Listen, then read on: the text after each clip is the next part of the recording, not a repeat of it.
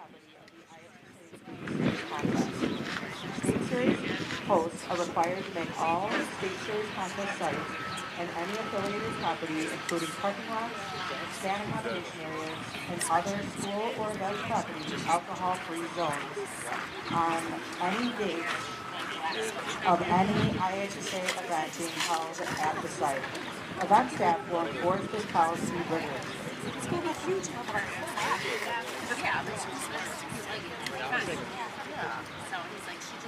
Good afternoon and welcome to Graves Lake Central High School for today's varsity baseball game between the St. Viator Lions and the Crystal Lake South Gators. We ask that everyone present today demonstrate good sportsmanship throughout the contest, no matter what your feelings of loyalty you may have towards one team or another.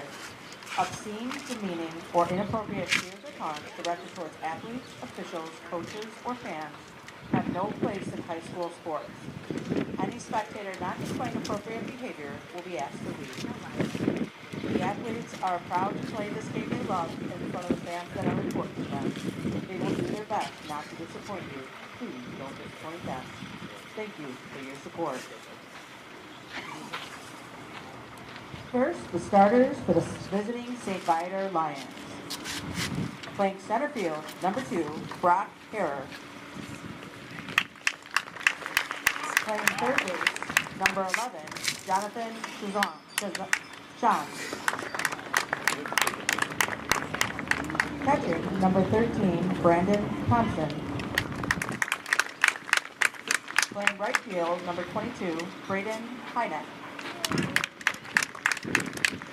First base, number 8, Jacob Overwise. DHing, number 14, Tommy Bana. Playing second base, number 3, Tanner Bana. In left field, number 6, Alec Herrera. Playing short, number 1, Ryan Jackson. Starting on the mound, number 19, Alistair Tanya. The head coach of the Lions is Terry Bania. His assistants are Tim Miller, Eric Porter, Josh Kay, James DeGeorge, and Anthony Drago. And now, the starters for the home Crystal Lake South Gators. Playing short, number 33, Carson Trevelyan. DHing, number 26, Nolan Dabrowski. Playing third base, number 15, Yandel Ramirez. Playing right field, number 2, Liam Sullivan. Catching, number 24, Jackson Lee. Playing second base, number 11, Christian Alter.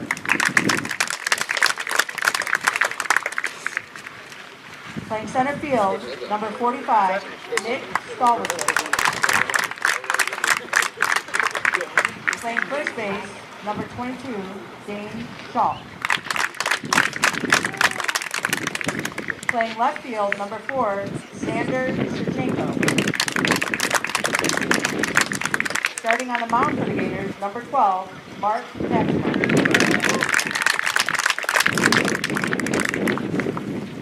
The head coach of the Gators is Brian Boda.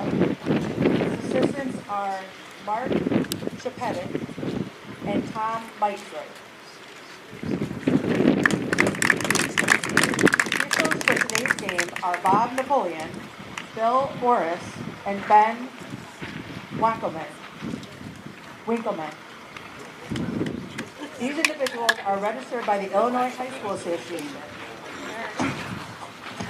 Their experience and integrity qualify them to administer the rules of the game. We would like to thank our sideline help today, as we always have outstanding athletic training coverage by Athletical Physical Therapy. Those people that perform the medical coverage for us are our GCHS athletic trainers, Glenn Gertis and Emily Price, as well as our outstanding student athletic trainers. Ladies and gentlemen, please rise and remove your caps for today's national anthem to be sung by umpire Bill Orris.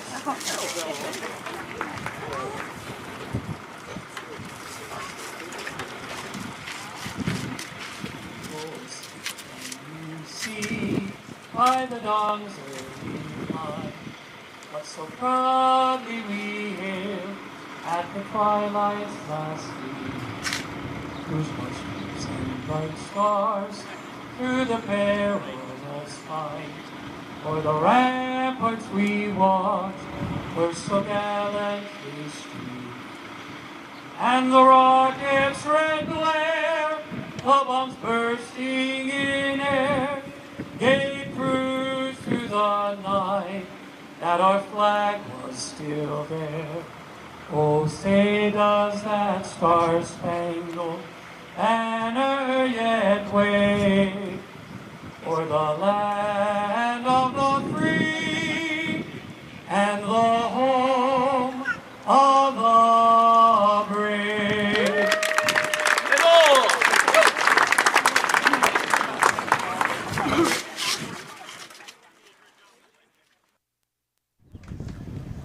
We welcome you live from the Grayslake Central High School baseball field, where it is the sectional semifinal in the Grayslake Sectional between the quote-unquote hosting Crystal Lake South Gators with the 3 seed and the number 7 seed underdog St. Viator Lions. Welcome into this broadcast, everybody, on Schwa Media alongside Sam Schwartz, color commentator and jack of all trades. My name is Luke Jordan. Happy to be with you as always, and on this production for the first time, this is going to be a fun game, as most playoff baseball games are, especially when you have an underdog like St. Viator. Sam, how do you just keep that underdog mentality rolling, keep the heat rolling in what could be a sectional championship game if you win this one? Well, that's the fun of a single elimination tournament, Luke, is that only one game can result in an upset. We saw St. Viator beat the 9 seed Deerfield on a walk-off, and then they proceeded to beat Grayslake Central at Deerfield in the regional final by a score of 7-4, and they just need to keep it going. And not only that, Luke, in those 2 games in the regional, they've only used 2 pitchers. The bullpen has not thrown a single pitch, so you bet their bullpen and their pitching situation is in pristine condition. Yeah, you talk about complete games thrown. Of course, it's easier here at the high school level, but it's not easy at all. You talk about 7 full innings. Look at the big leagues. Big leaguers go, 5-6 innings? They never go a full 7, but here, St. Viator Lions have really utilized their starting pitching, a defense that has been dominant against a solid Crystal Lake South offense as well. Talking about one that is averaging 7.5 runs a game so far in this sectional bracket. A 7-1 win against Vernon Hills to open up their bracket play, followed by an 8-7 win against their rival Crystal Lake Central. That was an incredible game. Down 3-1, 4-run third inning helped propel them to where they are now. And here we go. Brock Harrer leads off for St. Viator. Mark Pakla is the pitcher, and his first pitch is out to right field and caught by Liam Sullivan, the Loras College commit. Talk about a bang to start the game. Yeah, Harrer on the first pitch. Older brother of Alec, who you'll see later in this order, hitting at the 8th spot today. So Pakla's 1 pitch in and has 1 out. The righty deals first pitch of this one, and it's in there for a strike. Quick note, our scorebook shows it is the bottom of the first inning as we are a 2-man crew today. We are getting our scoreboard data from the press box, which is a nice automation. Of course, the drawback being, if they get it wrong, it comes up wrong here. So we are on the top of the first inning. We've just started. It is a beautiful day. And after all the rain yesterday, they did an incredible job. Is this fly ball out to center? Dabrowski under it, and he's got out number 2. Talk about this lovely weather, Sam. Currently 72 degrees. There is a little bit of a wind playing in, especially as we've learned up here in this press box. It's a bad day to be a piece of paper on a table, as winds now just to 10 miles an hour blowing out towards left field. We had Brody Sheffrin dropping a piece of paper in the middle of a critical steal play yesterday. That was Cary Grove advancing to the sectional final.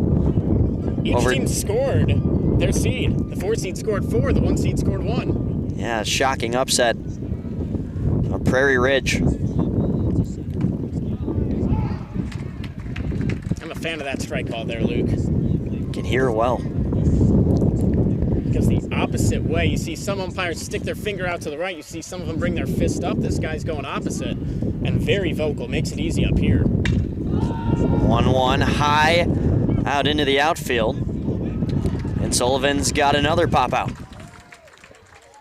So 1, 2, 3 go the Lions, and now it's time for the 3-seeded Crystal Lake South Gators to get the bats going here on this wonderful Thursday afternoon. It's a good turnout for a 4 p.m. game on a Thursday. St. Viator fans and players to the right of home plate. And the Gators likewise to the left. Here at the home field of the Grays Lake Central High School Rams. Themselves the 2 seed of this bracket were upset by St. Viator last round. It's been a cinematic run so far for St. Viator. Open up your first game against 9-seeded Deerfield, have a walk-off there by Tanner Baina, and then you face the test of the host. That has been no joke this season, and you breeze right by them. Well, Luke, I called you Brody. That was our guy yesterday. Luke, let's take a look at our bracket here. We had both sectional semis on the other side, it being hosted by DePaul Prep. DePaul steamrolled Northside. It was 13-1, and let's put it back up there. And St. Patrick defeating Lakeview steadily. So we will have our sectional finals set for both that side and this side. Both games will be played Saturdays. Most of the IHSA is their sectional finals for Class 3A. And the winner of this section will go to Wintrust Field to play the winner of DePaul and St. Patrick. Yeah, you see the 1 and 2 seed from the other section all over here. That has just not been the case. It's been anybody's bracket. In Crystal Lake South, trying not to be another victim to a St. Viator upset. They'll start with Carson Trevellini leading off, the sophomore, then followed by Nolan Dabrowski, designated hitter, and then Yandel Ramirez. Trevellini also a pitcher. He's playing at shortstop today. He's the one who closed out the 6th and 7th inning against their rival, Tigers of Central. So Trevellini, Dabrowski, Ramirez, and Sullivan to the bottom of the first. Remember, we had 3 scoreless innings to start yesterday. And then after that, we had very few zeros.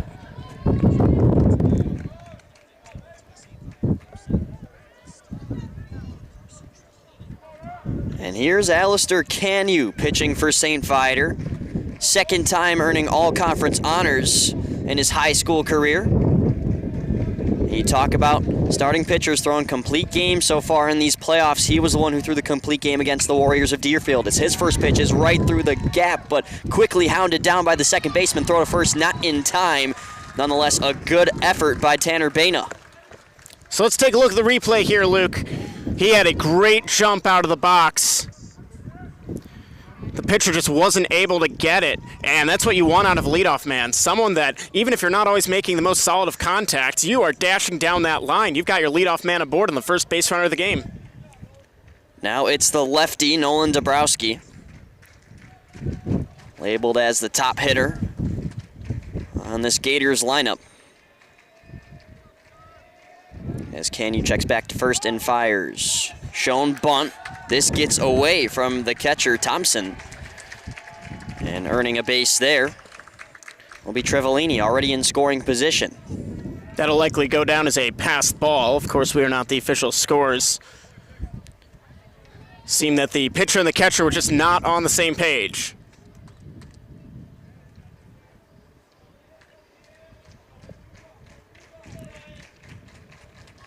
So 2 pitches in here, and already Trevellini on second base, creeping off of it. Canu Let's go this one. Bunt shown, and this time it's displayed. Throw to first, gets the out, and there's no advancement from second to third from Trevelini, so it's an out wasted there for the Gators.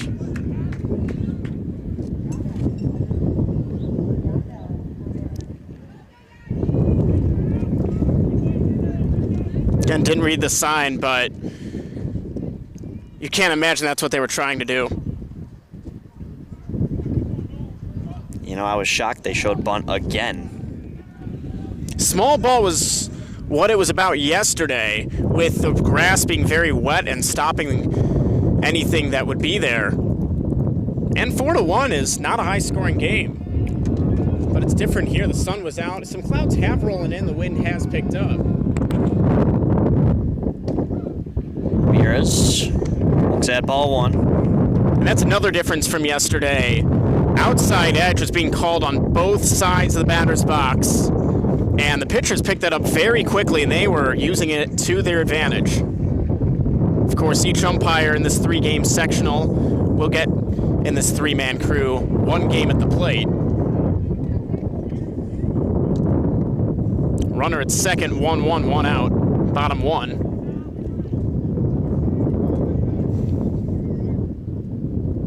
Not as big of a crowd as I would have thought.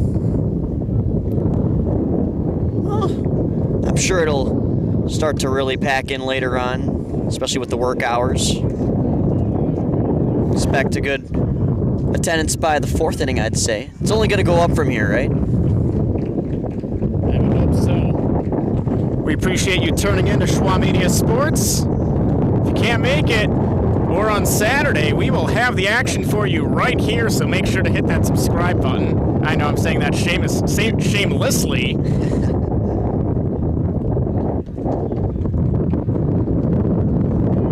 Wind is blowing out to left field. Right-handed batter on a pitch. He would have had a green light all day. Instead, it's a 5-pitch walk.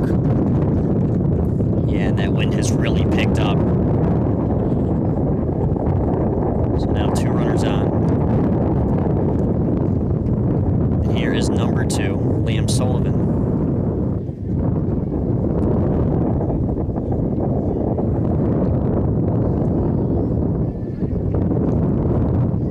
In the game against Deerfield, can you allow 1 run in the 1st and 1 run in the 5th? And Coach Baina left him in. He ended it with the game at about 100, I think it was 108 if I remember correctly. My goodness. Well, it was 2-0. His team didn't even have a run until the 6th inning. The bottom of the 6th, they were the home team. So that's a lot of trust there from Baina. It paid off. Baina family that lives and breathes St. Viator baseball. Of course, you talk about the head coach, Terry Baina. Tanner Baina, his son, is currently at second base. And the designated hitter, Tommy Baina, his nephew, is designated hitting today. 2 hairs to Bainas well. Makes it easy to run in the family. This one hit hard on the ground, a short diving play by Jackson makes the force to third. Intelligent play by the shortstop, Ryan Jackson. There you go, and he knew with the force that walk actually pays off. He's diving to his right, and would you look at that, third base is to his right, and he's got plenty of time to throw it out. Still a very important out here. But a little bit of flexibility here to the 5-hitter. Catcher Jackson Lee steps into the batter's box.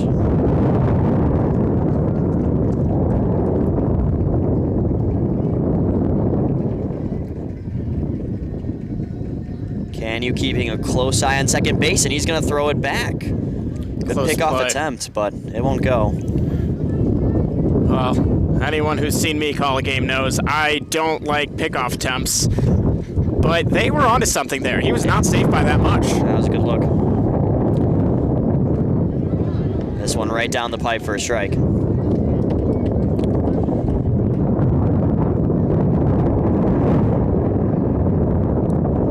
Again, we apologize for the constant sound of wind. It really feels like, it really makes the fan feel like they're here.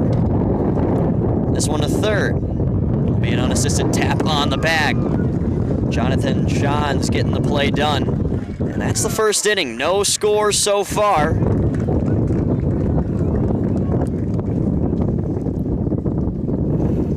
We'll be right back with you in about a minute and a half.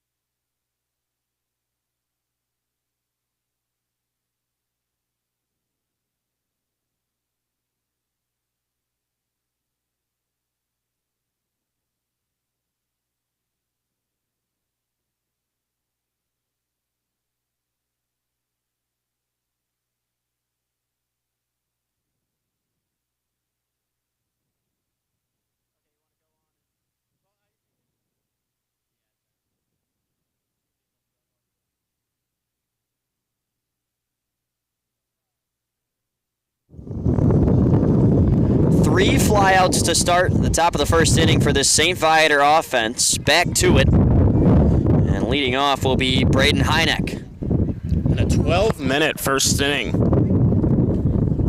That was a quick one.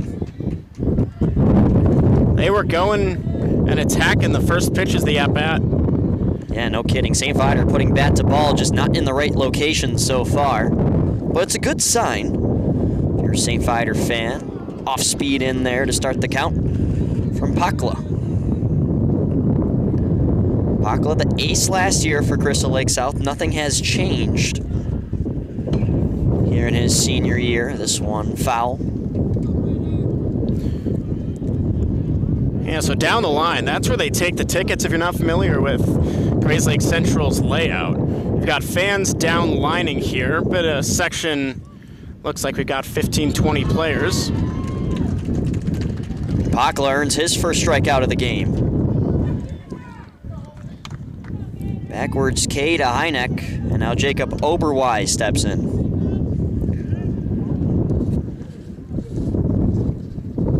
Oberweis batting .233, but so far in these playoffs has made a jump. And this one is well put into right field. Oberweis, the same man with the bases clearing double in the regional final against Grays Lake Central to get them here, and he remains hot. They keep doing that, they'll have success. I've said that about Cary Grove yesterday, and it paid off. You just need 2 or 3 of those in a row, and they will find the ground. So here's Tommy Baina, not to be confused with Tanner Baina, who's in the on-deck circle. First pitch swinging right back at the screen. It is foul. It's 0-1, 2 outs. First 2 men retired here in the top of the second, scoreless. As we work to get our scorebug back operational.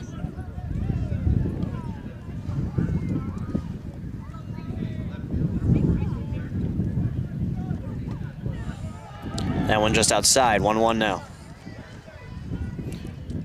So I didn't realize this, Luke. There appears to be some sort of postseason event over at the softball field in left field. Imagine hosting 2 of those at the same time. My goodness. Throw back to first. Not in time. Yeah, it's just getting started over there. You can hear the PA announcer.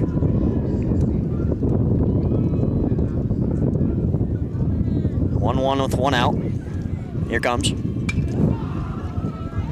Baina was on it, just a little out in front as he puts it foul. And it's an interesting concept because over here, we are home plate to the pitcher is somewhat northwest. So lefty hitters, or righty hitters rather, are getting a boost from the wind. It's just about reverse for the softball field over there.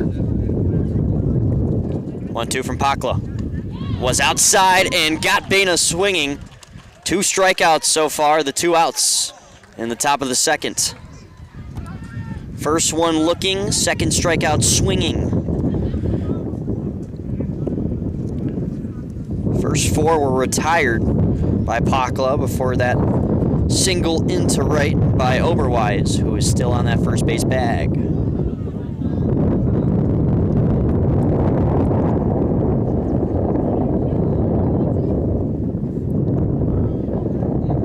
Glad to have you here on Schwa Media with us. Winner of this game takes on Cary Grove on Saturday at 11 a.m. Tanner Baina awaits the 1-0. Flies this high in foul territory, it looks to be. Right off the roof of the press box to our left.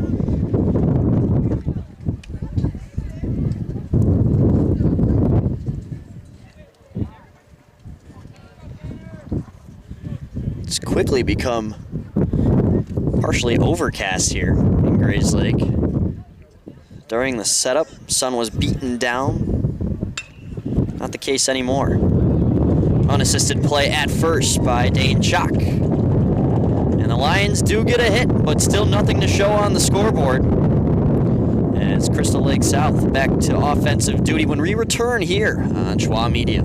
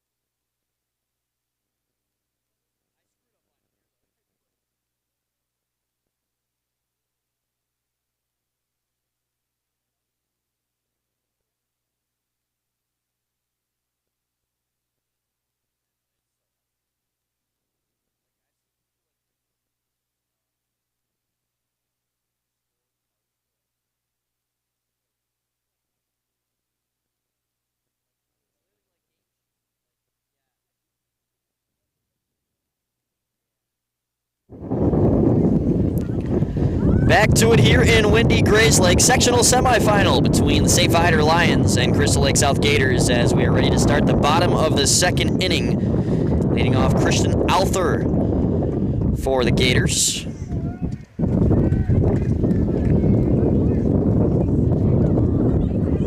He won't have to deal with the winter weather here too much longer. Committed to Arizona Christian in Glendale. The lefty's ready to go.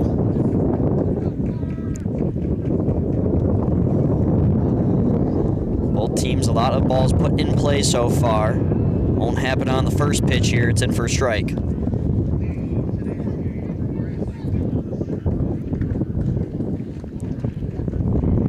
Every ball, or should I say, every play was a ball in play. No strikeouts in the bottom of the first. There was a walk to that exception by Andel Ramirez. Alistair Canu fires, and this one right to second base. Could not be fielded cleanly by Baina. Pump fakes a throw to first. It wouldn't have been in time anyway. Tough play for Baina to make, but it looks like it'll be an error on his behalf. Yeah, that takes a pretty predictable bounce, and even then, that's why you have to get your body down on it. He had plenty of time to throw that. No excuses there. How will he bounce back? Nick Stawasser now, dual sport athlete.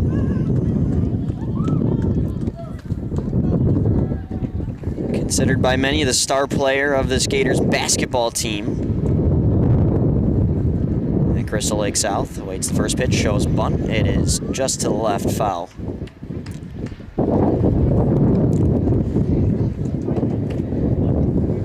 See that bunt again, already displayed earlier by Nolan Dabrowski, who was unable to advance the runner from second. That was Trevelini. But in this scenario, it makes a lot more sense now with Alther on first base, as they'll check back to him.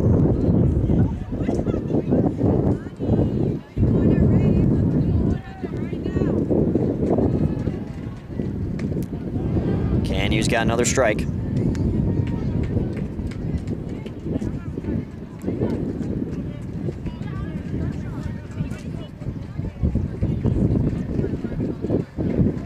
Oh, 2 despite the bug. There you go. Here comes. High. St. Viator in the road navies with gray pants. The all whites from Crystal Lake South. I gotta say, I really like the St. Viator color scheme. And a strikeout there from Canyu. One gone, runner on first. And now it's Dane Chalk, the first baseman. First strikeout for Alistair Canyu.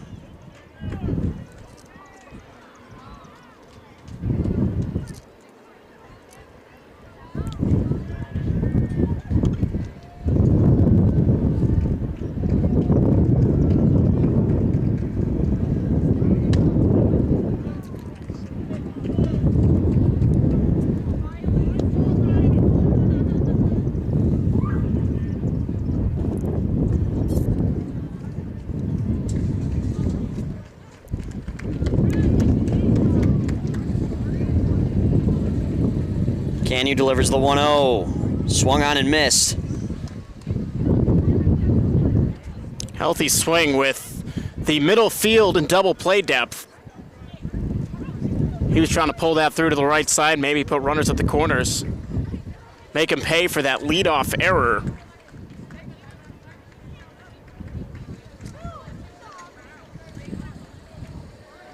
Senior Canyu fires. Another swing and a miss. 1-2 now.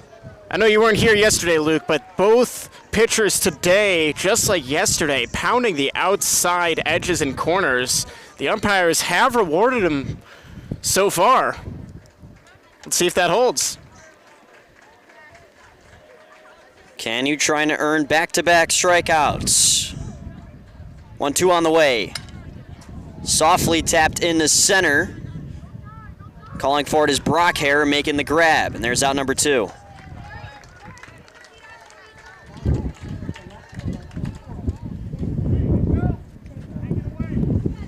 Now up to the plate, the future Blue Jay, Xander Shevchenko, committed to Elmhurst,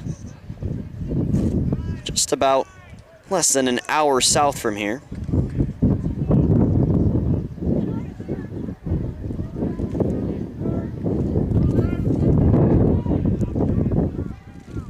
One of 3 college-committed players in the starting lineup.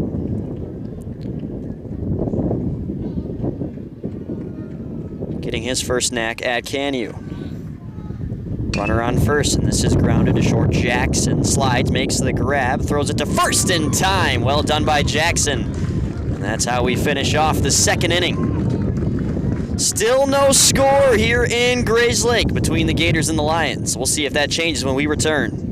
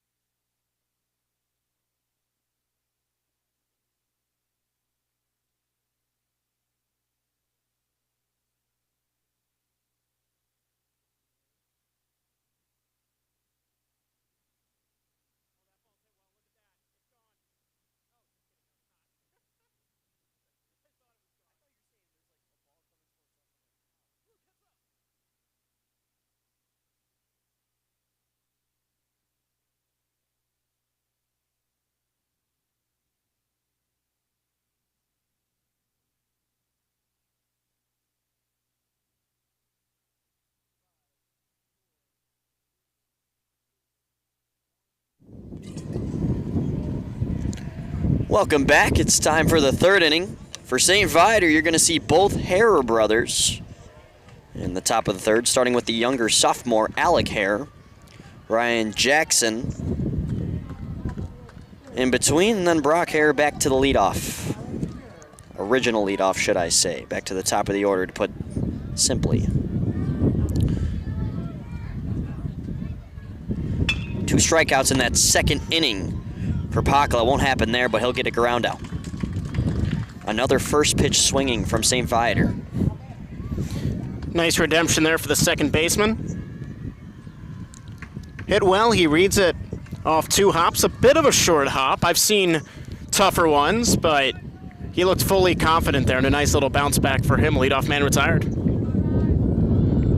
Now Ryan Jackson, the impressive defensive ability from shortstop to get the last out on the Gators. At the bottom of the second.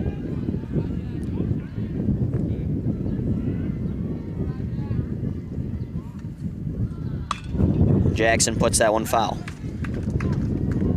Committed to Grinnell College, D3 school in Iowa. We've got a lot of college commits. As well as some guys on each team with a lot of interest, even D1 interest. That one in there for a strike. Jackson looks a tad stunned. Maybe thought it was outside.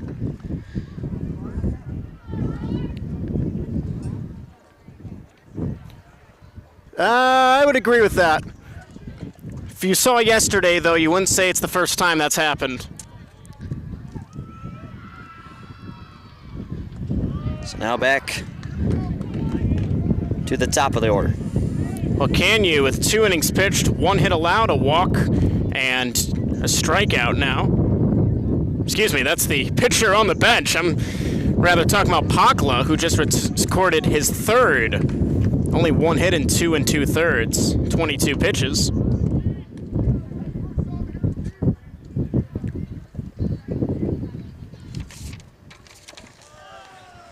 That pitch in the dirt. Who's going to break first? Looks like St. Viator's already made a move. This is Mike Zelowinski. Zelowinski batting. Brock Hare was initially the leadoff man to start this game. So Brock did not play against Grayslake Central in the Deerfield Regional Final on Saturday. He was injured. I talked to his brother. Very high in the air, backpedaling on it is Arthur, and he's got it. 1, 2, 3, go the Lions once again. Crystal Lake's defense has looked sensational so far. And now they get the bats ready. We'll be right back.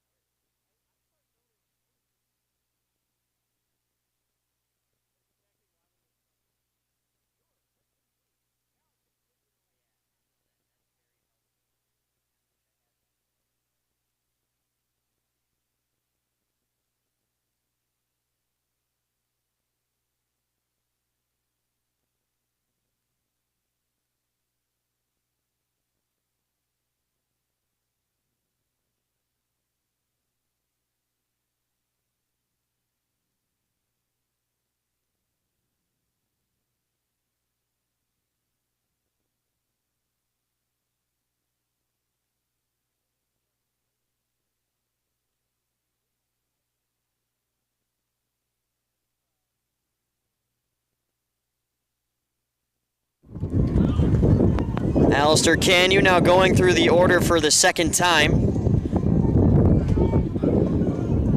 Starting with Carson Trevelini, who was able to single on him right off the bat earlier in the first.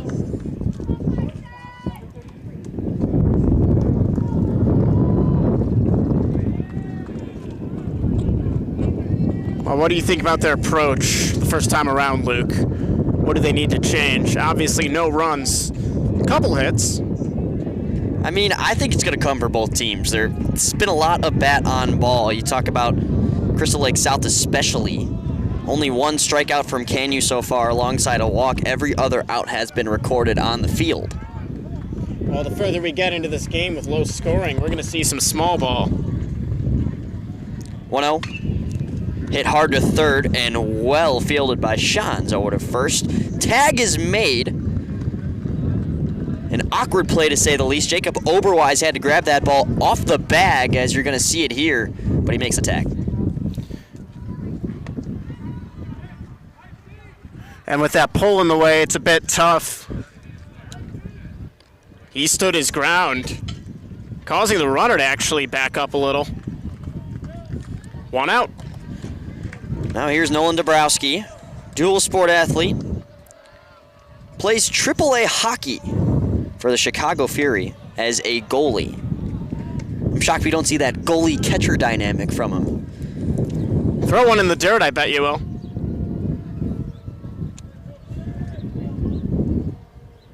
It's got to be a far drive to practice for Dabrowski. Fury at least used to play out of Orland Park, and this one's played into center field. It's down for a base hit as Dabrowski, after being forced to bunt earlier, as St. Viator's having some trouble here in the infield, but Dabrowski will stay at first base. It's his first hit.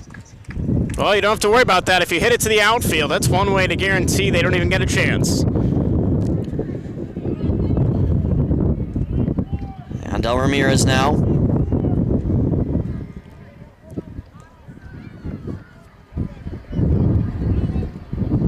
Still awaiting the first run of this game. And that was just the second hit. St. Viator 10 runs through 2 games. Crystal Lake South 15 through 2 games. Both offenses kept silent so far. Pickoff attempt to first. Not a terrible look, but Dabrowski remains safe at first. 2 teams that can steal, that's for sure. First pitch in there for a strike.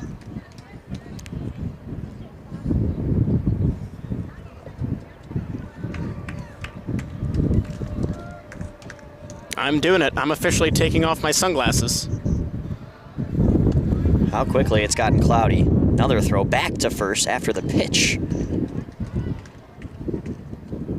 Count now 1-1. Keep them honest. The further you go, it sounds obvious, but the team that scores first has that much more of a chance of winning. Especially in a game that's been quiet like this one so far. Ramirez walked earlier on, made as far as second base. 1-1 with 1 out. On the way. Fouled back.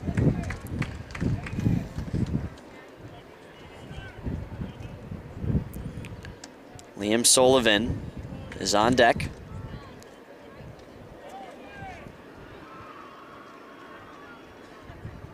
Haven't seen a double play turned yet. This could be it here. Real ones remember last year in the Deerfield Crystal Lake Central game, I called a 1-2-3 double play, possibly my best claim to fame. And this one is belted out to left field. Back at the wall goes Hare, and that touches down. Slipping at third is Dabrowski, having to retreat back to the third base bag. Nonetheless, it is a double for Ramirez. Well, there you go. It's a bit in a blind spot for us. Clearly got down. I thought that had a chance to get out. That's what the wind certainly helped it. In that moment as a broadcaster, you're just thinking, how loud does the crowd cheer? Is it out? We can't tell.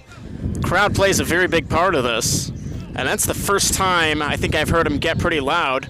We might have an intentional walk here. And that we will.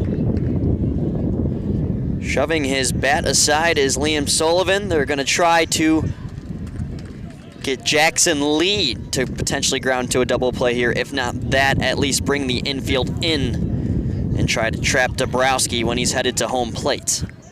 I'll say it again. What are the chances of a 1-2-3 double play? Make lightning strike twice. So here's Lee in a big moment.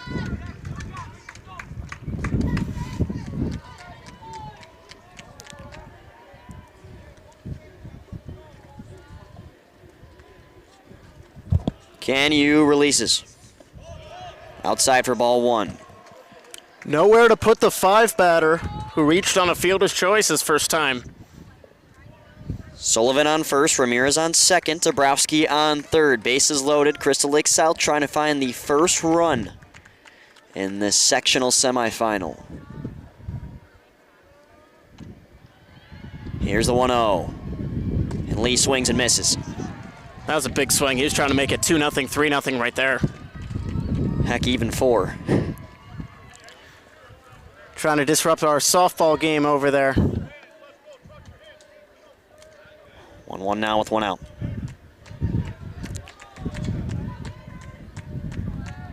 He's really slowed his pace down, too. Batter doesn't like that. Keeping the arms loose, stepping back in. So we'll try. Nobody in either bullpen yet. Not that you would expect there to be. Just keeping you posted. Here comes the 1-1. Lee puts this down the left field line. It was ruled foul, and that looked to be the right call. Let's take a look here to see how far foul it was. You can't really tell. My reflexes weren't that fast.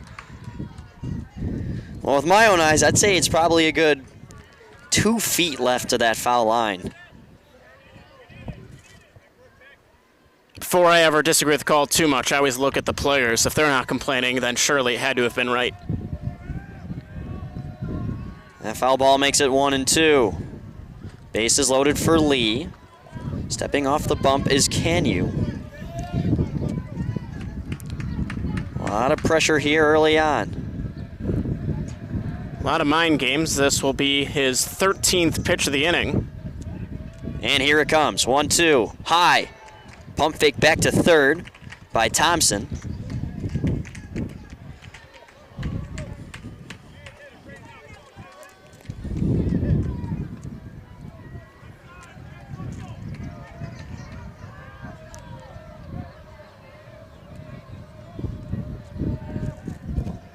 Dugout making some noise. 2-2. High. Big pitch here, Luke.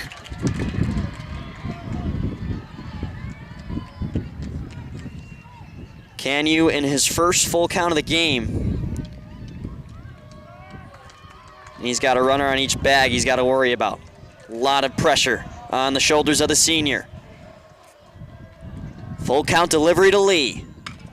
Grounded through, and a runner scores. Dabrowski for 1. Ramirez rounds third, headed home. Throw to the plate is offline. And Crystal Lake South strikes first with not 1 but 2.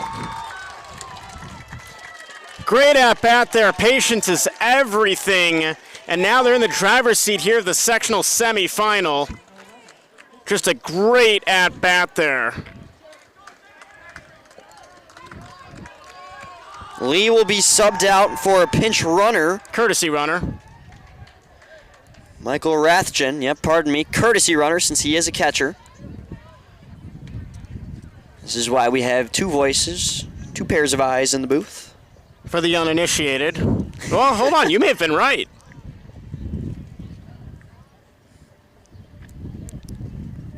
As their coach is going to record the runner at first. For the uninitiated in high school, there's the re-entrance rule, which is different than the courtesy rule. The re-entering rule is that when a player gets removed from the game, they can enter the game once.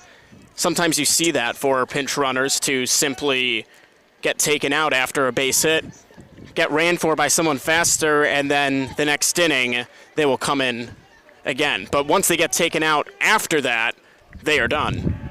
Throw back to second, trying to stun Sullivan. Won't happen there. And just to close that, pitchers and catchers can get courtesy ran for, which does not count against that. Helps the pace of play in between innings. Yes. Here's a bunt perfectly down the line. Throw to first is still in time, but it advances both runners with now Sullivan on third. And that courtesy runner Rathjen, Michael Rathjen to be exact, on second. And good coverage, good backup from the second baseman there, as that throw could have been a bit wide. 2 outs. Second and third. CLS with a chance to really open this game.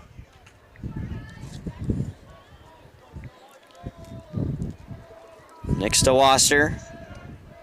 2 runners in scoring position. He'll take a strike. Yeah, and there are 2 outs despite our score bug.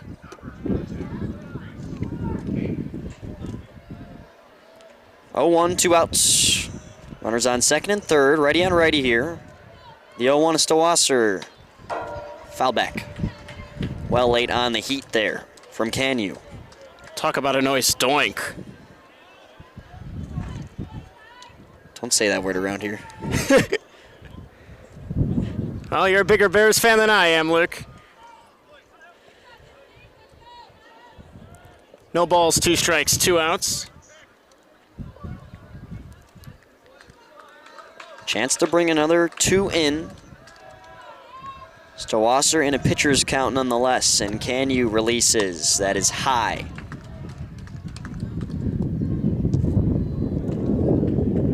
Already 2 runs in this inning. 2 RBI single from Jackson Lee.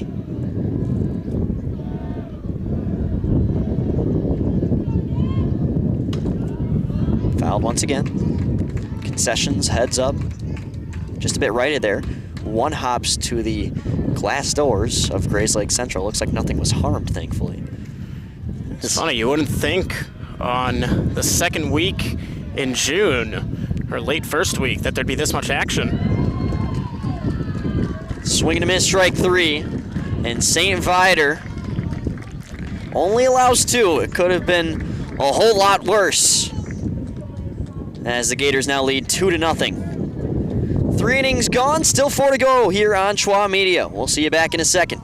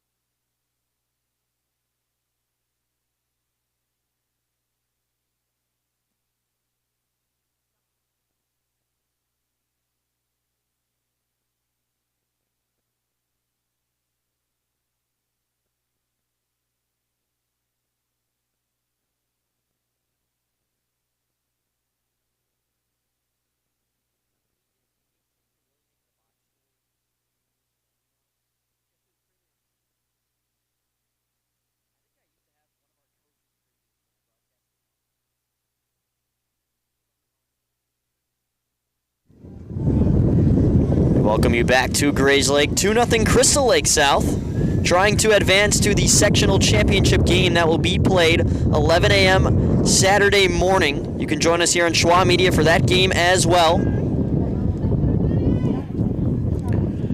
Jonathan Shans leads off here in the top of the 4th inning. St. Viator trying to scratch back as the Lions take their first pitch for a strike. So you talk about pitchers and stamina. Some of their games, rather about days off. Popped into center. That's Stowasser who's got it. Pull right in our way there. So this sectional was going to have both semifinals yesterday, but we had to move it due to the time. So 1 yesterday, 1 today. Of course, that means that Cary Grove, the winner of yesterday's game, will have 1 more day of rest. Then you have the St. Louis sectional, where both games are today, and then they'll have a 1-day rest. This one ripped foul. Other teams that have made it into the sectional final, as I'm looking, most games actually are Thursday, but Triad and Mascutaw in the Triad sectional have been set. That's the 1 and 2 seeds, respectively. And then Washington and Morris in the Metamora sectional. Now, the way they do it there, because it's more downstate and things are less dense, it's mini sectionals, so both of them are actually the 1 seed. Another pop fly. Tracking under it is Sullivan, and he's got it for out number 2.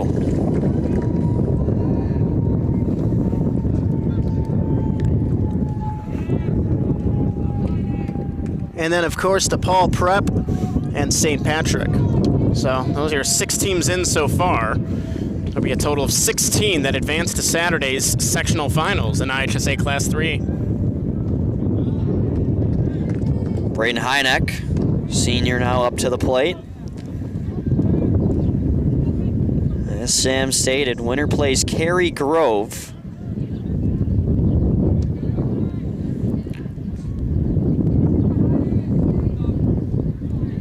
A not so familiar face for St. Viator if they were to meet them there, but Crystal Lake South, on the other hand, already 2 games with them this season, having met in the Fox Valley Conference play. They split. Crystal Lake South won the first game 11-1, and then lost the most recent one 8-2. How early was that game? Pretty early, I will say. I want to say it was April 9th and 12th were those 2 games. Well, hey, you saw the Dodgers destroy the Yankees, what, 16-1, and then the Yankees came back the next day? Baseball can be unpredictable like that.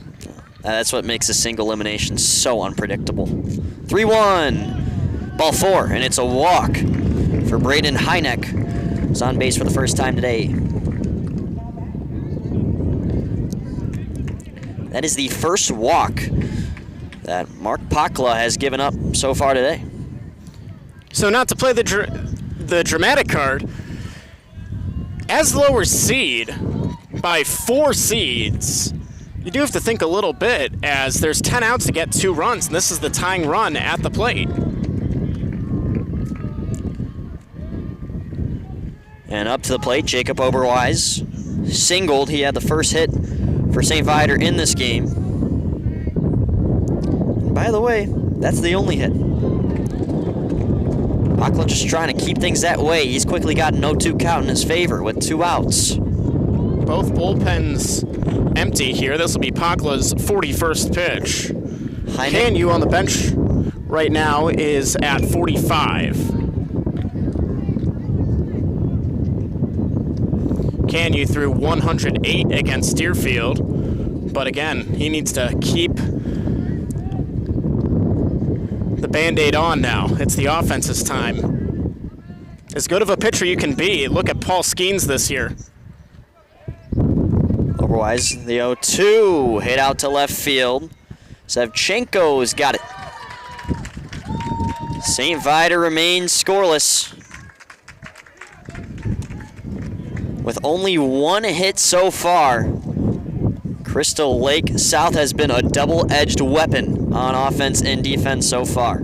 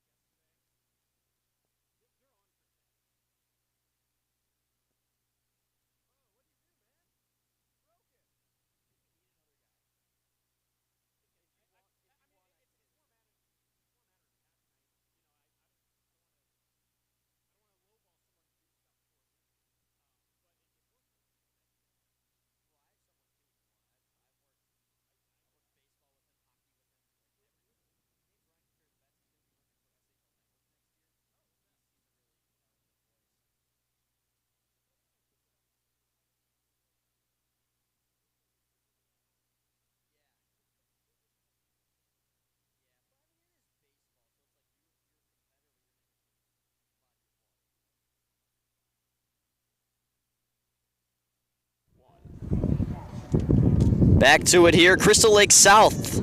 2 runs last time they were up to the plate in the bottom of the 3rd. We'll see if they can keep that trend rolling, or heck, even get better. And it's number 22 to start, Dane Chuck, batting 8th in this order.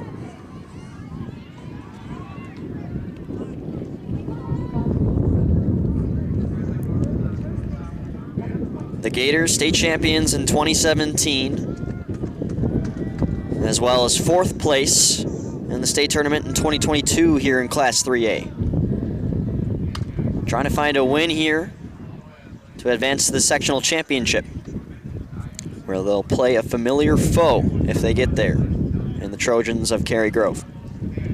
Well, St. Viator has had decent postseason success. Their soccer team made it to the sectional final before losing to Crystal Lake Central. Their baseball team, of course, here.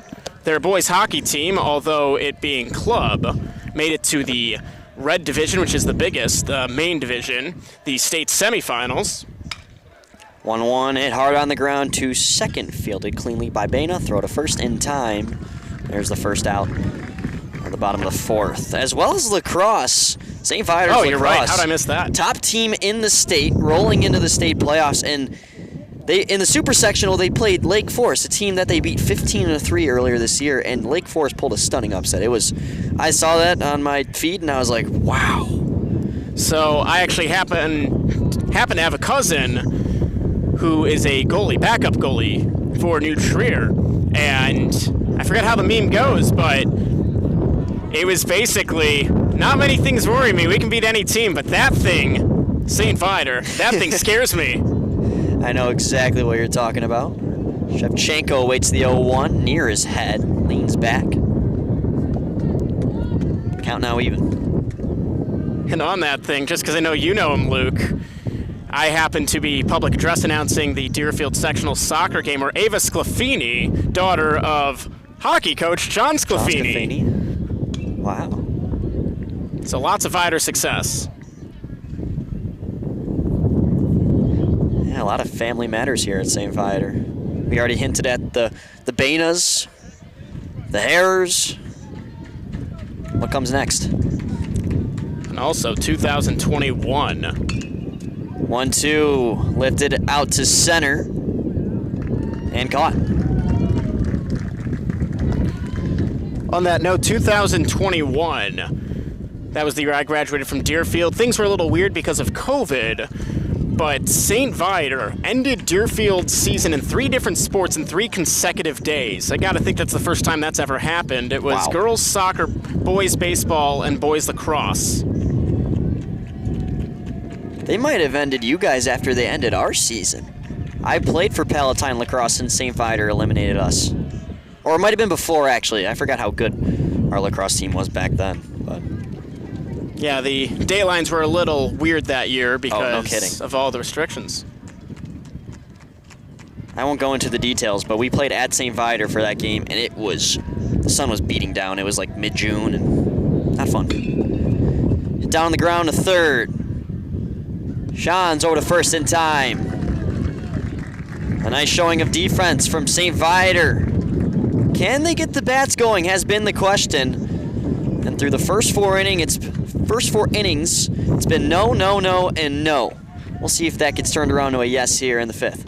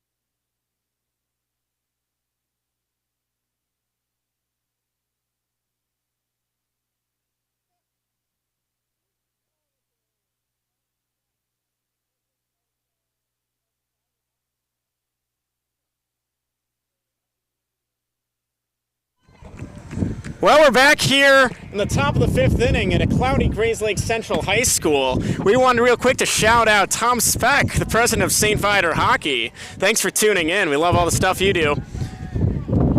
Appreciate having you here. You might be familiar with my voice.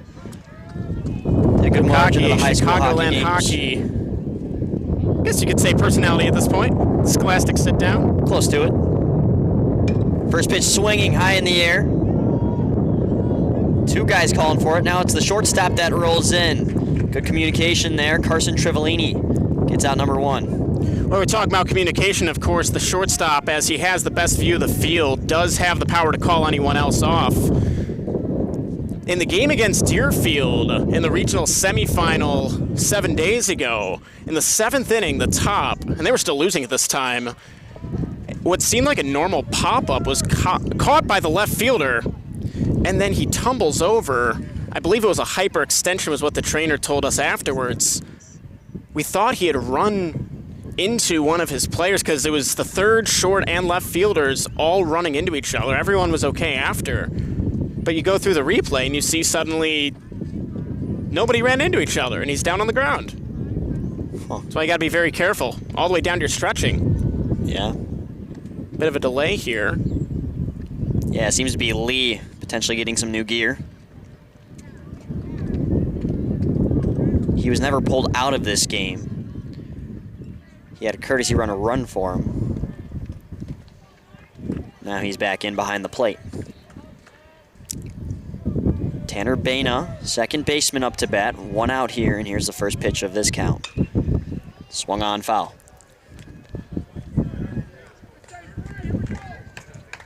Makes a ping sound off the batting cages to our left. Oh, so I can't say doink, but you can say ping? Oh, ping, yeah. A little bit different. Sure we have a lot of Chicagoland people who can relate with me. That one's even further west of the batting cages. And quickly 0-2 here on Tanner Baina. His father and head coach, Terry Baina, watching out from the dugout. This one grounded straight to Althur. Quick throw. There's the second out.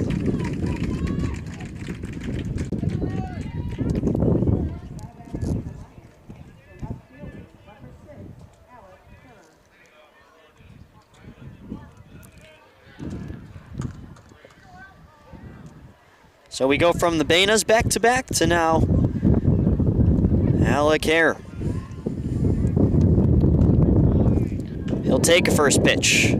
Well, something last week and yesterday that was a little unusual to me, at least, was the lack of patience for the losing team.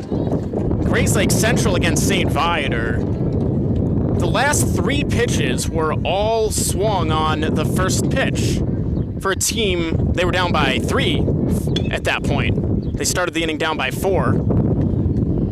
You would think, especially as these that go through youth baseball, a lot of coaches will say don't swing until you get the first pitch strike. Make the pitcher come to you. Yeah, I don't think we've got the exact pitch. Oh, yeah, we do. Thanks to Game Changer. We got Game Changer. Yeah, Packla's here in the 5th inning. 48 pitches. Here's 49. Softly tapped into center field. That's down for a base hit. Alec Hare with a single. There's the second hit for St. Viator in this game. You don't need everything back right here in this inning. Obviously, it would help, but it's not daddy hack time quite yet.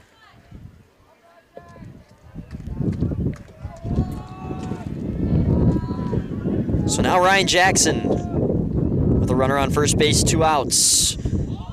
Bunt shown, it's up in the air and caught by Lee. An interesting decision goes sideways. And St. Viator is hung to dry once again. Still 2-0 Gators as we make our way to the bottom of the 5th inning when we return here on Schwa Media.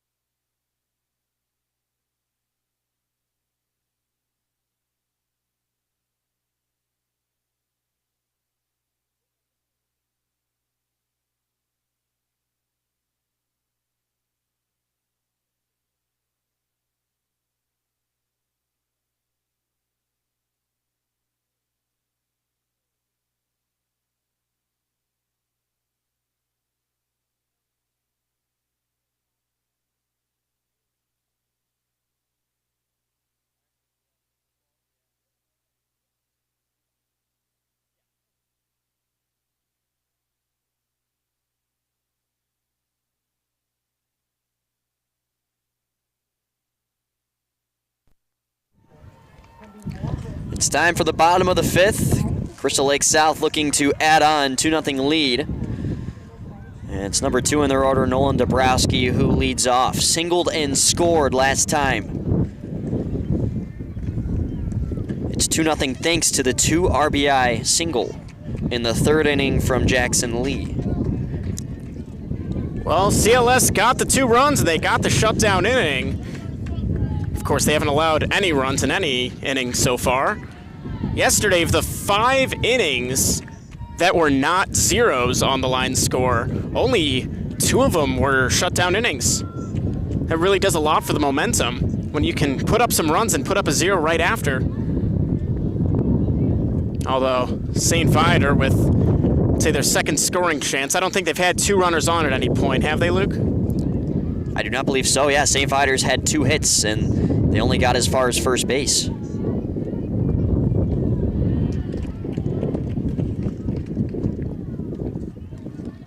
Oberwise with the single, Hare with the single.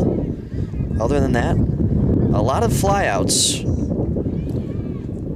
A couple of Ks in there as well. You're looking at 3 right now from Pakla. Canew's 56th pitch of the day is a strike. Yeah, I mean, that's just a slim count. You're talking bottom of the 5th inning. Both bullpens predictably empty.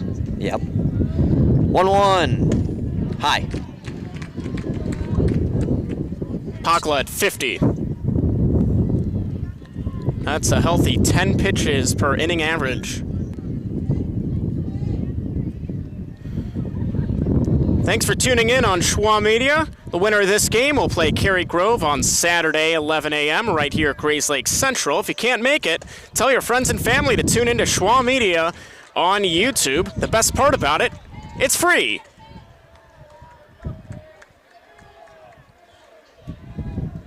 Three balls, 1 strike. Alistair Kanya kicks and fires. In there for a 2nd strike, and the count is now full. A lot of 3-ball counts for Kanya, but only 2 walks. And this just the 2nd full count of the day. The other one came with the bases loaded. Now maybe I'm thinking of Pakla. Dabrowski out into center. Diving leap to make the grab. Did he have it is the question. It did get down, then bounced into the mitt. Zoe Walensky going to be a single for Dabrowski, but boy, that looked like a close call. Unfortunately, our replay was cut just a second late. The Viator fans thought he had it, and a great effort nonetheless, but it's a leadoff single. You gotta think the leash is getting a bit short now. I'm sure those Gator voices from the dugout aren't helping. They wouldn't help me at least. Throw back to first. And this is showing that the runner's in his head now. I mean, the difference between a 2-0 game and a 3-0 game is huge, Luke, especially in a single elimination bracket. And that pitch is outside. 1-0 with Ramirez up to the plate, doubled and walked so far.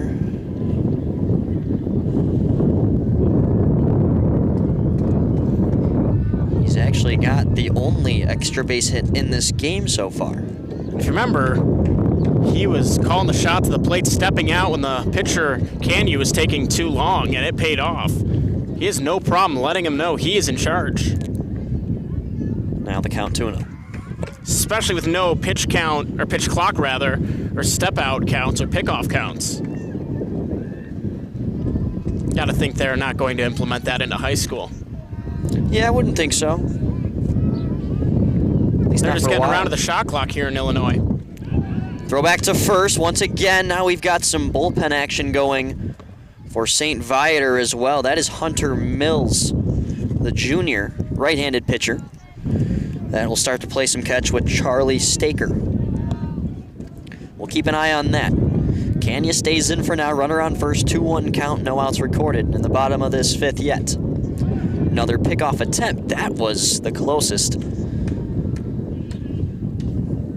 2 throws to first in this count from the mound. And And then one from Thompson back at home after a pitch as well. 2-1 on the way. Off speed. Shallow right field. On the move is the right fielder, Heineck, but he's not there in time. And each runner advances a bag. First and second now. Really tough play to read for Dabrowski there. If he jetted it off the go, you're talking at least third base there, but it looked like it was going to be a flyout. Yeah. They didn't know if that was foul. They didn't know who was getting it. Both of them said, not me. Ramirez on base once again, 2 for 2 now with a walk. And a mound visit here, their first official one. You gotta think they're buying time for Mills out there in the right field bullpen. Nothing from Crystal Lake South yet, of course. It's St. Viator with the only bullpen activity in this game.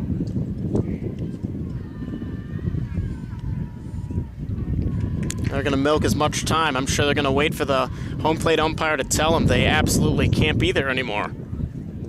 A complete game last time, out on the bump for Alistair Canyu. ESCC All-Conference. When you do that, you earn the trust of your coach. In that game against Deerfield, he gave up a run in the first and the fifth, meaning that literally before his team even got a chance to bat all the way until the final regulation inning, his team was never tied, let alone ahead. Here he is down by 2 with a pitch count of 64 against the 3-seeded Crystal Lake South Gators with a trip to the sectional final on the line. Gators just got hit number 6 off of Canyu. St. Viator on the other end. Still very quiet. 2 hits, no runs. But for now, they have to worry about the 2 runners that are against them here with not an out recorded yet. Oh, and by the way, this is the cleanup hitter. I'm sure that doesn't help. Indeed, Liam Sullivan hitting 4th. Intentionally walked last time to load the bases. Previously grounded into a fielder's choice. First pitch of the count, a step off the bump instead. What do you think about bunt here? I don't think it's a bad play at all. He's your 4-hitter, though. That is the thing I was about to say. With the order ahead, it's almost like you kind of want to swing. But I would see nothing wrong even with the bump from your 4-hitter. If you're able to advance the runners into scoring position with 1 out, maybe even looking to at least a sac fly to get another run. It's a bluff. Sullivan showing bunt now. Another step off the mound. Well, the pace of this game is really slowed down. Yeah, we talked about that 12-minute first inning. It has definitely declined in speed. Well, Mills appears ready to go as they're coming back in from the bullpen. Nothing quite yet. I mean, no pitches have been thrown since. We've had, what, 2 or 3 minutes of real time? It's been an interesting standoff. So he's going to show bunt. In comes the first baseman Oberwise. Throw back to second. Just trying to catch Dabrowski off guard. No limit on the pickoff attempts in high school. Not even in college. I was working a college game at University of Illinois, Chicago. Over the course of a 7-pitch at-bat, there were 9 pickoff attempts. Wow. Not to mention, they were down 9-2. Sullivan swings. This is well hit towards second. Throw to first. Works. It advances to the runners at least. So Let's now, take a look at the replay here. Looked like the grass may slow that one down. I thought it was getting through. yeah, it looked like it was getting through too. You hear the initial cheer from the Gators, parents and fans as well. But that is still a very productive at-bat. You now have 2 runners in scoring position with 1 out. A sac fly is very much in the picture to the 5-hitter. Well, you showed bunt, you didn't do it, but you did the equivalent. A swinging bunt, if you will. Although, of course, that's the result of when you tap it only a few feet in front of you. So now Jackson Lee He's got another chance to shine. He had the 2 RBI single back in the 3rd. Looks at a first strike. 2 runners in scoring position. Dabrowski on 3rd, Ramirez on 2nd. Still, there's only 1 out. Alistair Canyu in a pickle. It's 0-1. And it's on the way. Outside. There's our scoreboard. That one wasn't us.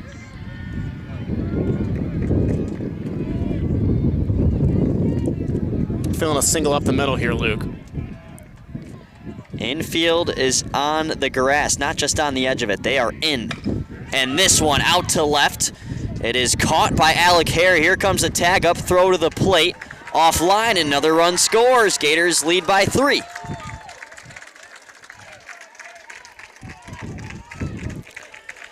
Two RBI single earlier. And that's a sacrifice fly that bats in another.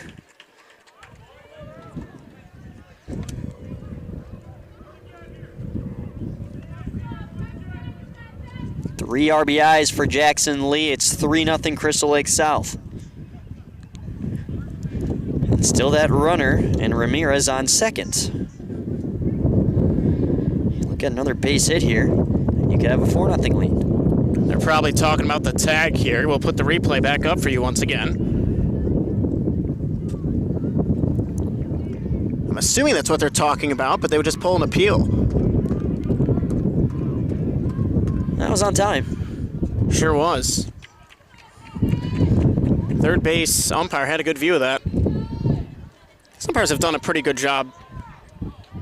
Even if you want to disagree with some of the outside calls yesterday, for those who are watching, at least they've been consistent. And above anything, that is what you want in an umpire. So now it is the lefty, Christian Alter.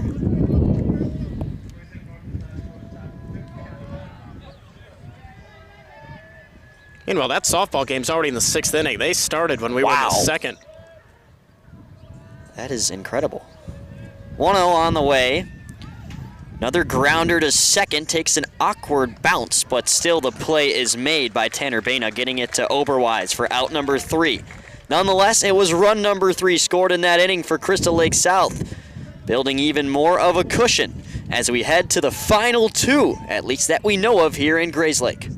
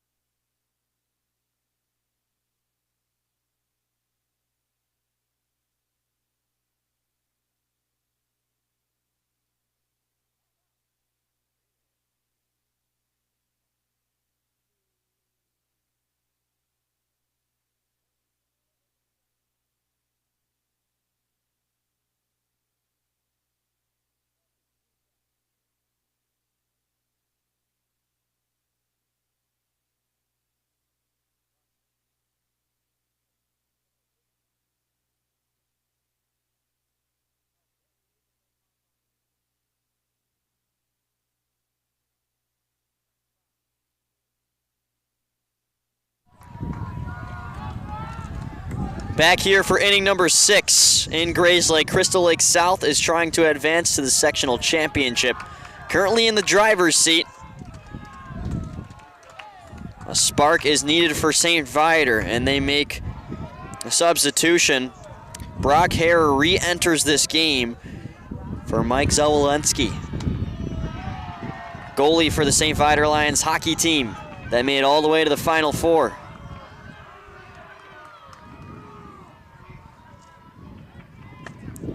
Here's your game reset for those tuning in. Crystal Lake South with 2 runs in the 3rd and 1 in the 5th. That's our whole scoring. They've got 3 runs on 6 hits, no errors.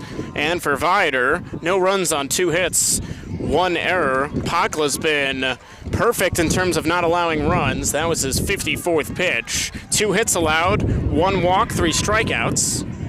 And for Canyu, 2-1 hits softly. Third baseman comes in. Stepping forward and making the throw is Ramirez, who's been impressive on both sides of the ball today.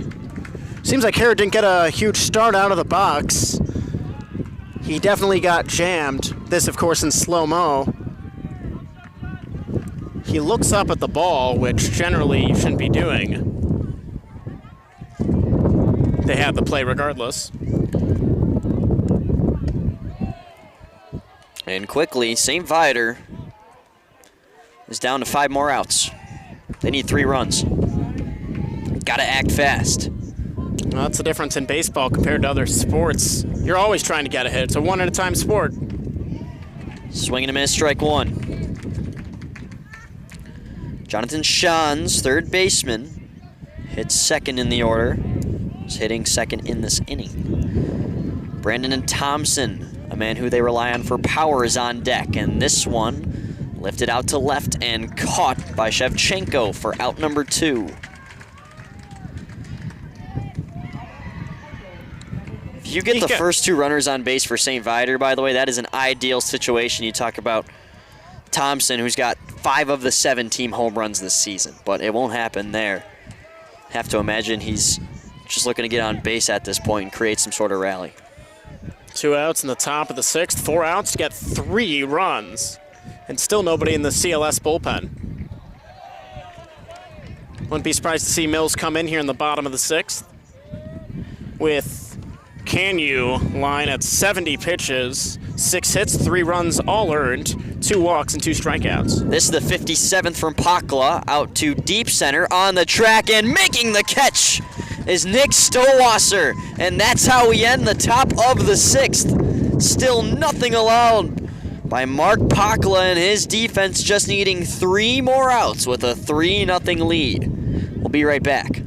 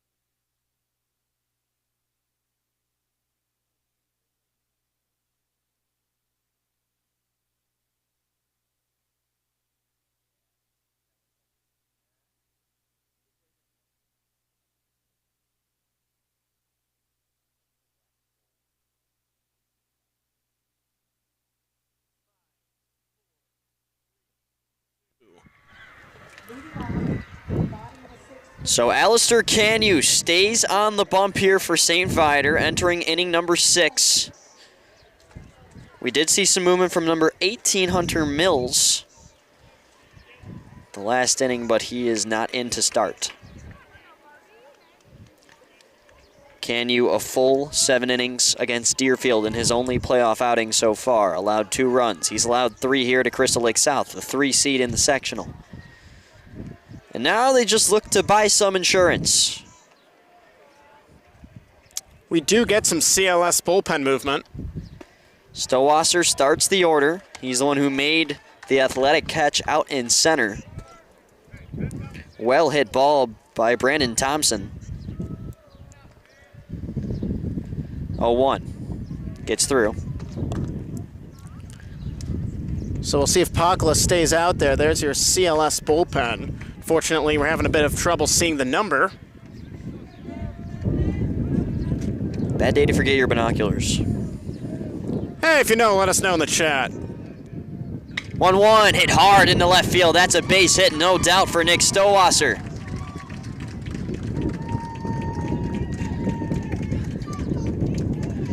Stowasser's first hit of the game, struck out the previous 2 times.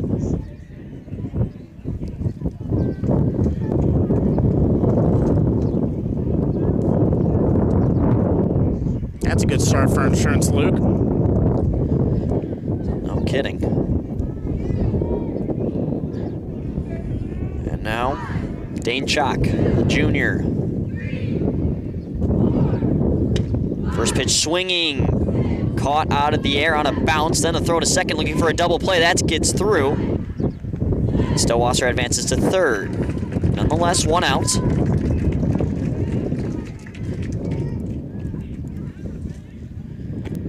Oberwise was able to step on the bag.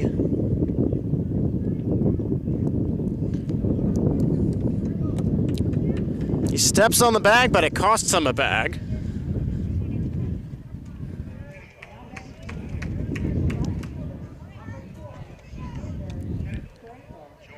Xander Shevchenko, left fielder, last in the order, trying to extend the lead to 4, with Stowasser just 90 feet away.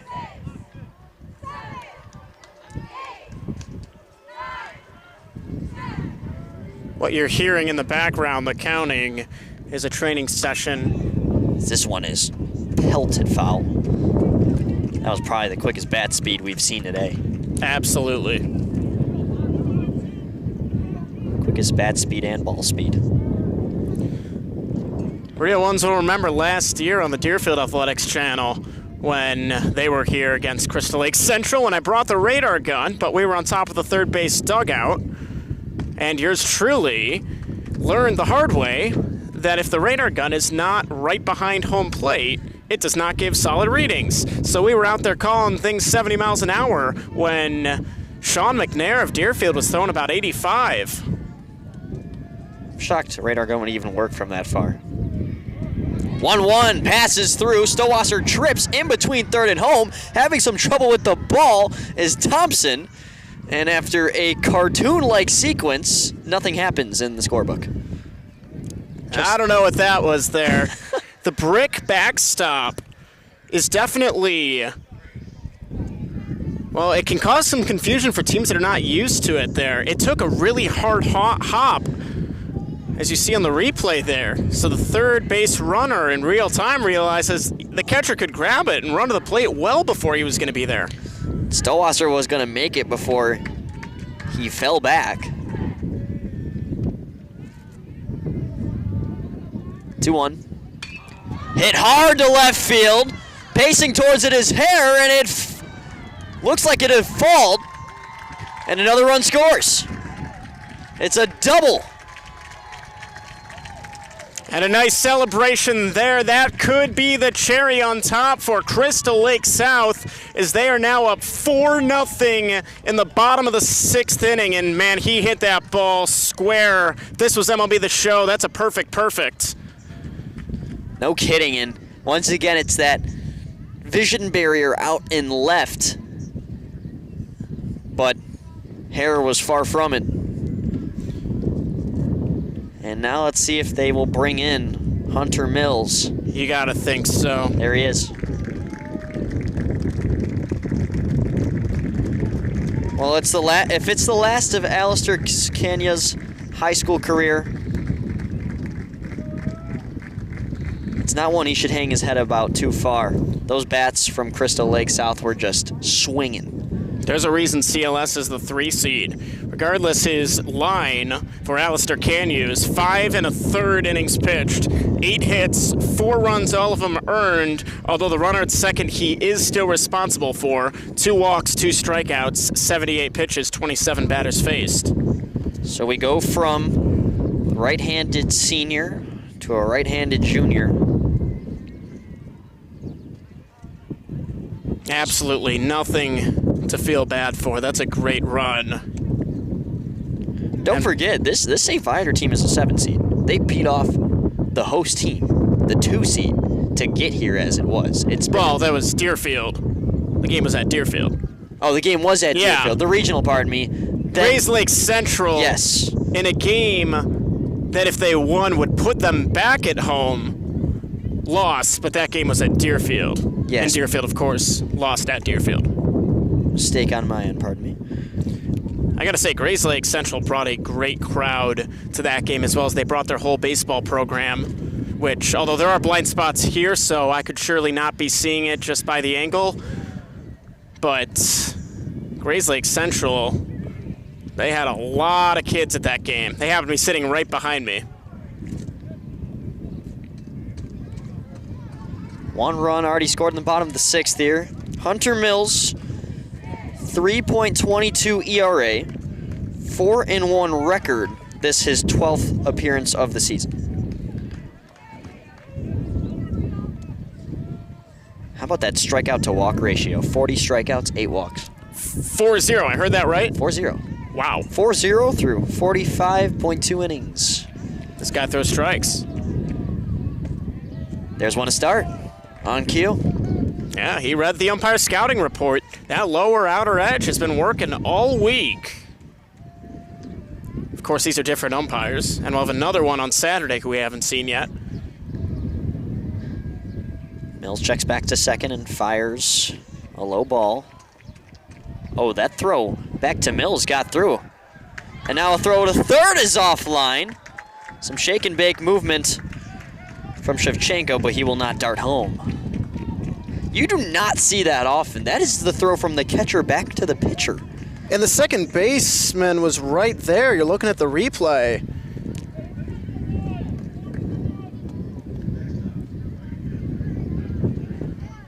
I mean, that's a pretty gutsy move to run to third there. It's a smart play by Shevchenko nonetheless. Not a lot of runners would be willing to do it or even attentive when they're throwing back to the pitcher. Well, that's the second base allowed via error for St. Viator. And although Game Changer, their algorithm for runs being earned or not earned is automatic, I have reason to believe that CanU's most recent run allowed was not earned, because for it not have been the error on that first out where the first baseman stepped on the bag, that initial runner would be at third. You can't assume that a runner who was... No, I'm sorry. Scratch that. I seem to have confused myself. He was at second, and the double scored him. Trivellini 1 for 3, takes ball 4. And now he's on first with a walk. Single and a walk for him.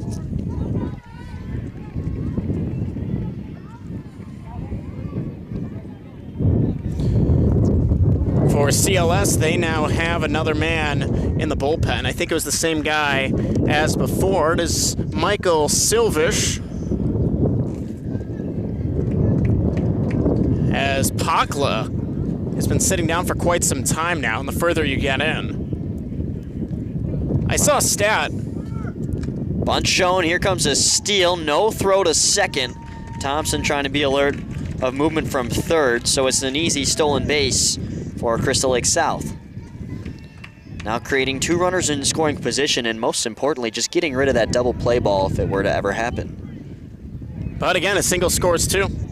Anyway, back to the statistic. I saw a stat that a lot of no-hitters that end in the 8th and 9th inning happen more often than not when the offensive team hit hard on the ground. Oberwise will survey and then tap back to first. Smart play by the first baseman. Keeping Shevchenko and Trivellini in check. Nice little spin move there, even though he had to go to the ground to get that. He was aware of that runner at third the whole time. Well done. Anyway, more often than not, in the 8th and 9th innings, when no-hitters get broken up, it's after the pitcher's team has offensively scored a run. Because that late in the game, the more time you're sitting down, the cooler you get. Ramirez with an 0-1 count. Here's Mills with the pitch. Hit fast out to left, and it's caught. So St. Viator now controls their own fate. They've got 3 outs to work with and 4 runs to score to at least force the bottom half of the 7th inning. It's a Lion Cinderella run that has their season on the line. And we'll see if the line is drawn there when we return here on Schwa Media.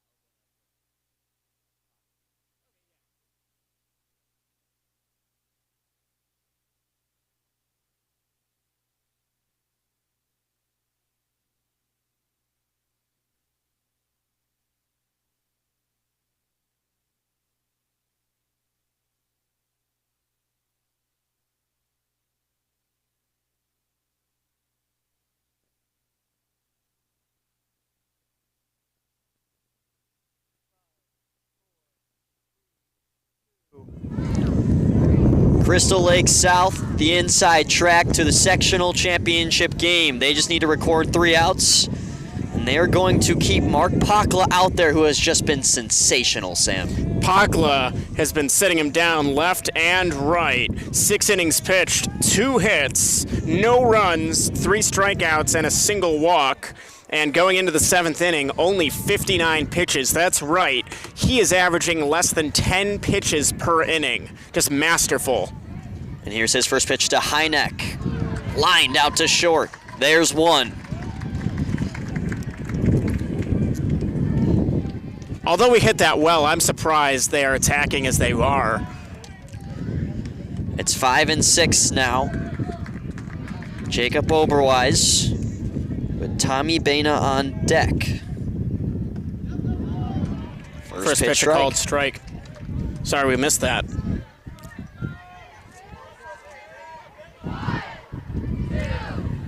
Oberwise looks at one in the dirt. Goes right between the legs of the catcher, Lee. Singled in the 2nd inning. Struck out swinging for the final out of the 4th. He's got a 1-1 count with 1 out. St. Viator's season on the line. 2 outs to spare, and this one is into shallow left field. Shevchenko cannot get to it in time. It falls for a single. St. Viator's got some life. Nothing you need to worry about too much if you're CLS. It was weak contact above all. So here's Tommy Baina. A pinch runner at first base. Switch hitter, Tommy Baina, to be exact. And Jack Corliss has entered into the game. Again, the pinch runner at first base for St. Viator.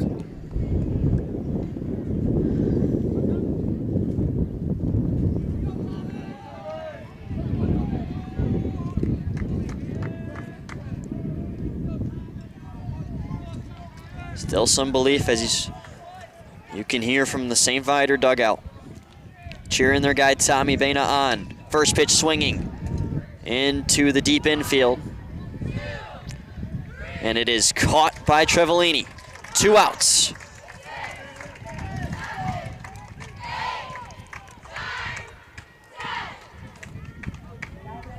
A line out to Trevelini from Hynek.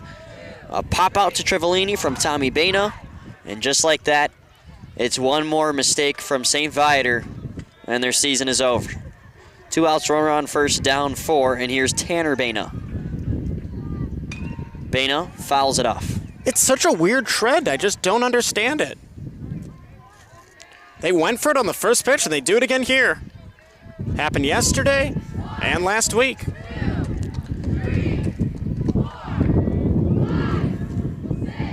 Tanner Baina, just a sophomore, waits the 0-1. Another swing, and it's foul.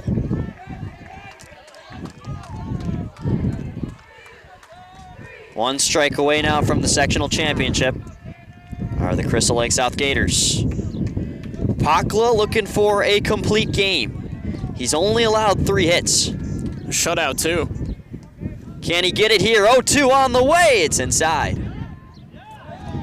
Hit him, too. And yeah, it got part of his elbow. So now Baina gets to first.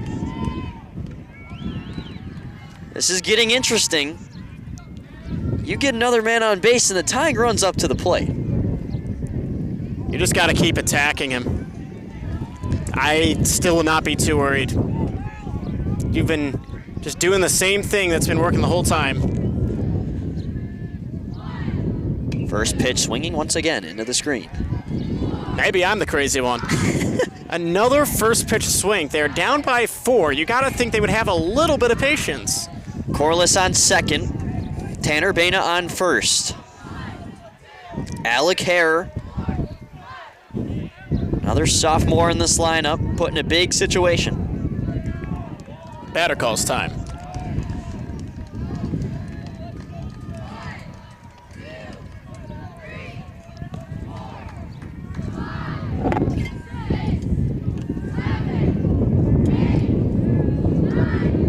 No balls, 1 strike, 2 outs. Pakla fires. This is hit through the gap. Runner's going to be held. The bases are loaded, and the tying run is up to the plate. This game is simply not over. There you go, Luke, and now you got to do something, a mound visit, anything, because that was hit very well. He saw that the whole way, and the bases are loaded for St. Viator. They are 360 feet away from tying this game. And it's Ryan Jackson. They had him try to bunt last time. Previous to that, he struck out looking. Pakla, that was his 69th pitch. And with the bases loaded and 2 outs, Pakla prepares for number 70. First pitch swinging on the ground. This could do it. It's going to be a tough play. Flip to first in time. And the Crystal Lake South Gators are headed to the sectional championship on Saturday.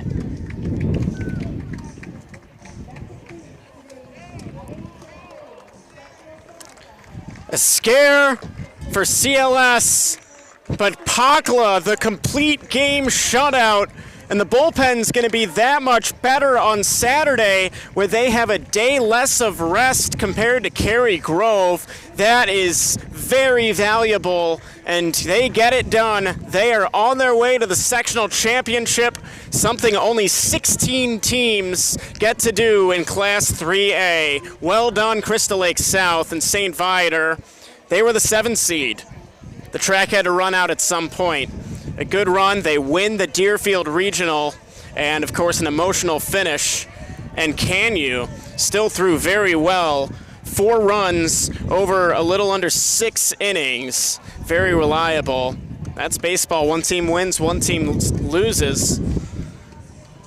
It's an impressive showing of the Fox Valley Conference for the sectional championship game. Crystal Lake South and Cary Grove will meet for the 3rd time this season. And although it is a winner-takes-all game, it's the 3rd of 3 this season between the two. And they split, so it's really like a game 3. Well, that was a very quick game. Here are your final totals. Crystal Lake South, 4 runs on 8 hits, no errors for St. Viator. No runs on 4 hits, 3 errors. And your winning pitcher, of course, is Pakla. Canyu with a loss, no save for CLS. And the time of the game was a flat 1 hour, 40 minutes. A very quick game for regulation. Wow. That is, that's pretty unheard of. 100 minutes right there. And Crystal Lake South will move on.